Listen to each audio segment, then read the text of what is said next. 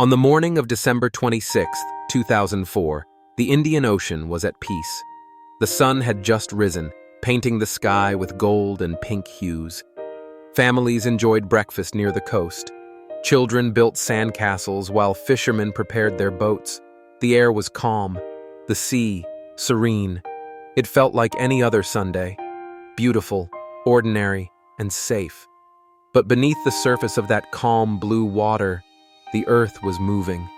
6 miles below the ocean floor, two massive tectonic plates pressed against each other, the Indo-Australian plate and the Eurasian plate.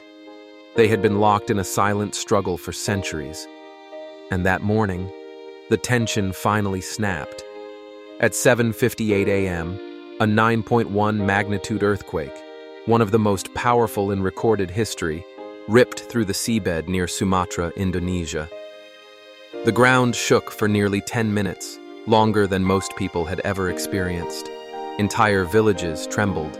But for many on the shores of Thailand, Sri Lanka, and India, the shaking felt distant. They didn't yet know what it meant. Moments later, the ocean itself began to behave strangely. The tide withdrew rapidly. The sea was pulled back hundreds of meters, exposing the ocean floor.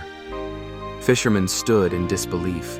Tourists walked out onto the wet sand, taking photos of stranded fish and boats. They didn't understand that the ocean was gathering its strength for something unimaginable.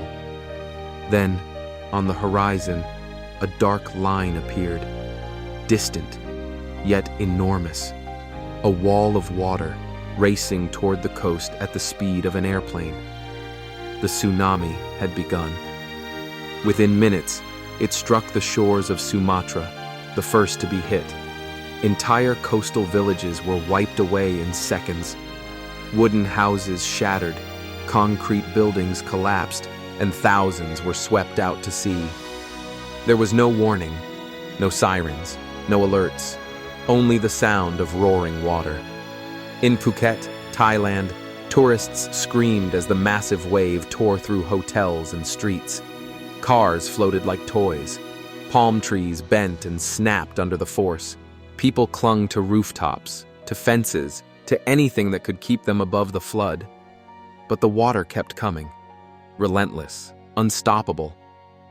By the time the tsunami reached Sri Lanka and India, it had already claimed tens of thousands of lives. The waves moved across the Indian Ocean like ripples in a pond, except these ripples were giants, carrying unimaginable destruction. Hours later, the tsunami reached the shores of Africa, nearly 5,000 kilometers away. Even there, villages were flooded and people perished. This was not just a local disaster, it was global. In total, 14 countries were affected.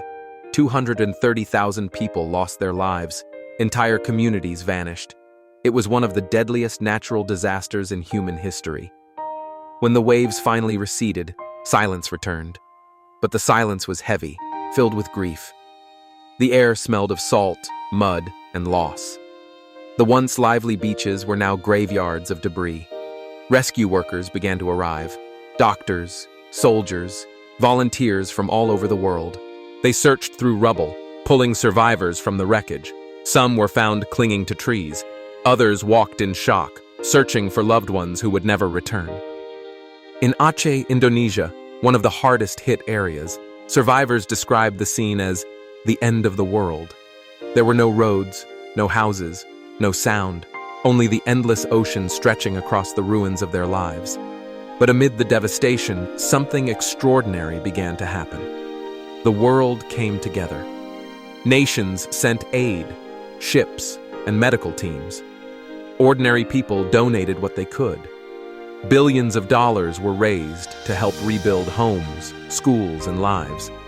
It was a moment when humanity showed its greatest strength: compassion. Months passed. The rubble was cleared. The survivors began to rebuild. Children returned to new schools, often built on higher ground. Early warning systems were installed across the Indian Ocean, ensuring that such a tragedy would never strike without warning again. Scientists studied the disaster to understand how it happened, how a single shift in the Earth's crust could unleash a wave that traveled across an entire ocean? The answer was simple, yet terrifying. Nature is powerful beyond imagination.